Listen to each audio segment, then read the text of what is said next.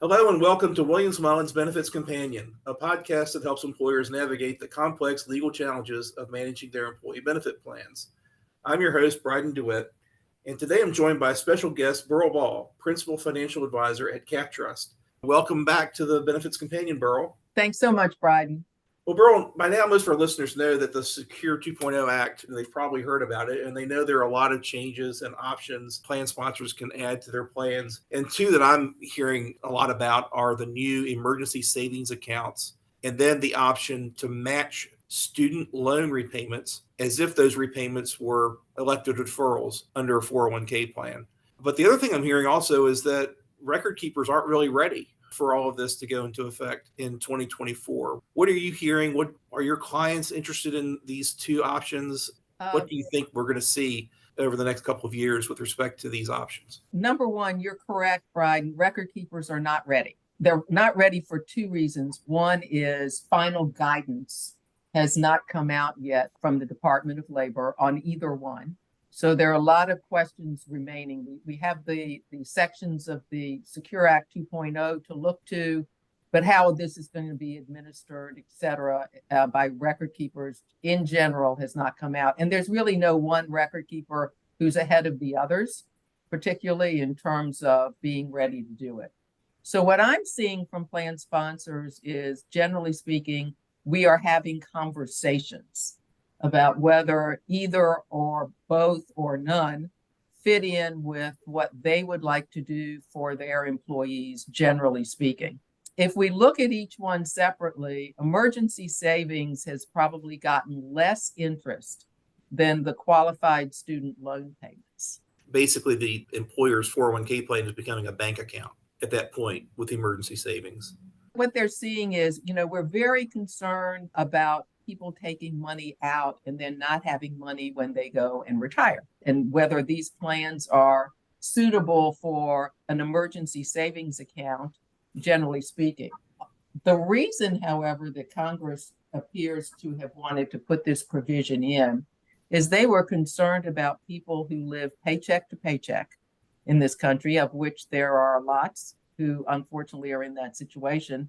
An emergency comes up and they really don't have the money or the ability to get the money to take care of that emergency. And it's not really a hardship. Most plans do have hardship provisions, but the rules around that are a lot more specific than an emergency savings account, where one could be for any personal or family reason. According to the regulation, you're getting small amounts of money, either $1,000 or $2,500, because there are two different options that you could choose from: an emergency savings account, or there's also a pension related savings account, which has a little bit higher amount. And so those are options that people have to do it.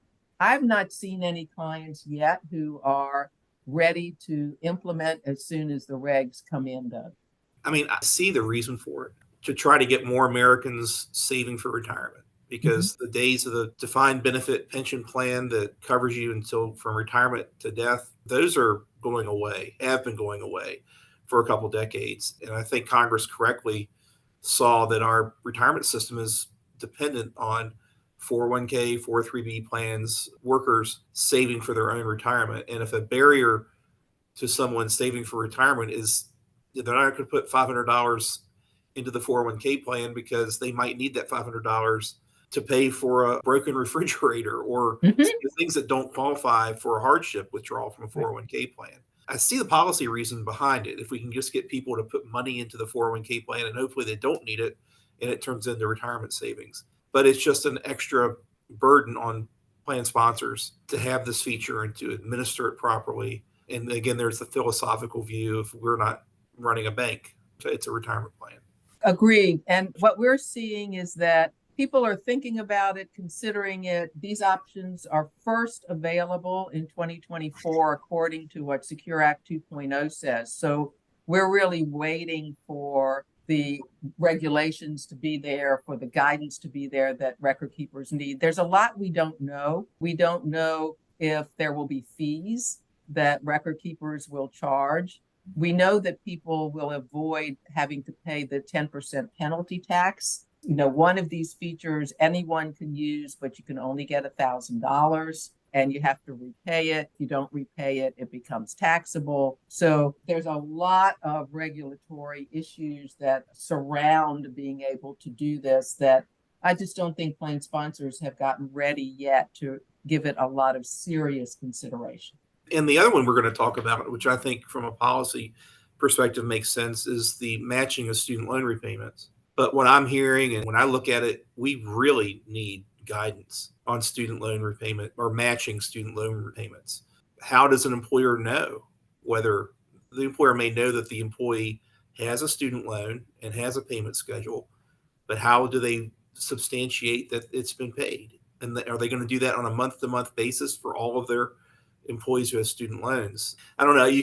I'll let you give me your thoughts on it. Yeah, and it seems like a really good idea, but how do you actually, in real life, how is it implemented? Well, interestingly, of the two, though, I've seen more plan sponsors are interested in qualified student loan payment options because of a couple things. One, recruiting. They see it as a possibility, recruiting people coming right out of college who have student loans and therefore feel they can't afford to put money into the plan. So they give up the match, which no one would want to do because they don't have enough money for both. So from a recruiting standpoint, and with the unemployment rate as low as it is right now, under 4%, people are looking to recruit new people to come to work for them. Could this be a method to do it? The other part of that is understanding statistically, are the people who aren't putting money in the plan, do they fall in the 25 to 35 category? And would this, for example, help people with their testing results? Would this be a good idea from that perspective? How would the regulations apply to testing? So there's a lot that, as you said, that is so unknown at this point.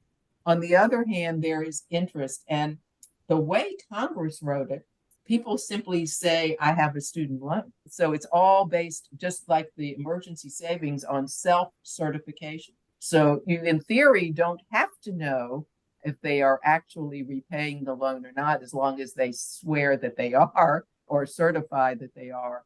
So there's maybe less burden on plan sponsors than one might think, at least from what we know as of today. When this first came out, I was thinking, well, actually, up until you and I spoke about this about a week ago, how this is beneficial for young workers in their 20s. They're right out of college, they have student loans. This is going to help get them in the plan.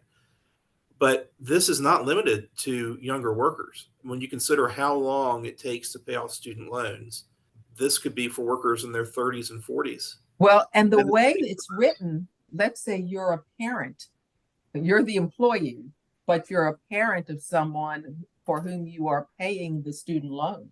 That's included too. Right.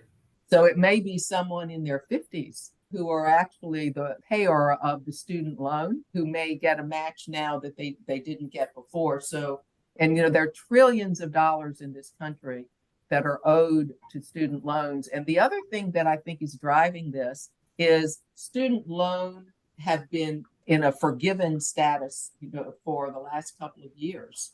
People have not had to pay back their student loans because of the pandemic and regulations. Well, that's gone away now.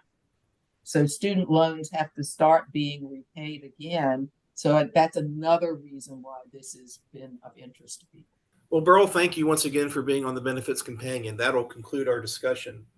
If listeners have any questions or suggestions for future episodes, please contact me. You can also visit our employee benefits page at williamsmullen.com/employee benefits. There you can find out more about our team as well as past episodes of this podcast and legal alerts. Finally, be sure to subscribe to this podcast to be notified when our next episode posts. Thanks for listening.